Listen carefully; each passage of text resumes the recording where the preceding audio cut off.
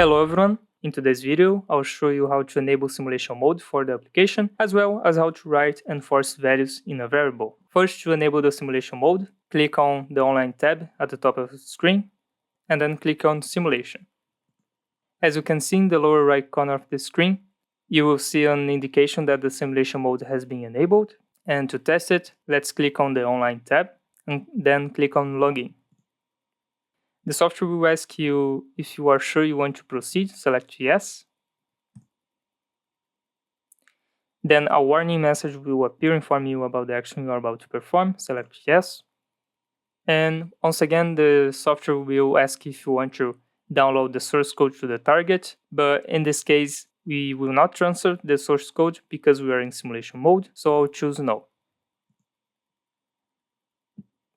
Now that we are logged into our virtual controller, we can see that the application is currently in stop mode, right here. And to start the application, go to Debug tab and click on Start.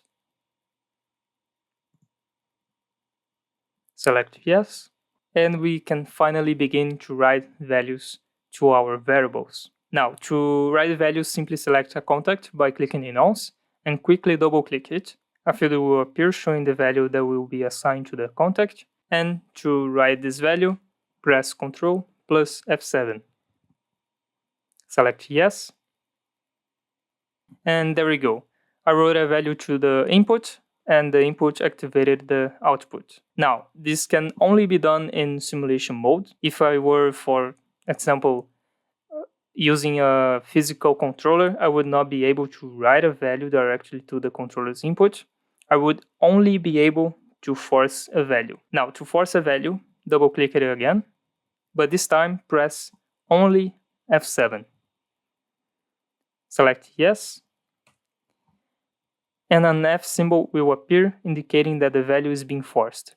And the difference between writing and forcing a value is that when you write a value, any event that occurs in your logic can update the variable's value. However, when you force a value, if there's no conditions for that physical input to be logically high, for example, no 24 volts are applied to the physical input, you can still force the value to perform tests. No events can change this value unless it is unforced, which is what we will do now. To unforce the value, double-click it again and enable the option Release the force without modifying the value. Press OK, and then press F7. There we go. And if I were using a physical controller and the physical input were disabled, once I remove the force, it will return to the real value of the physical input. If the input were disabled, it would return to 0. That's it for today's video, and I see you on the next one.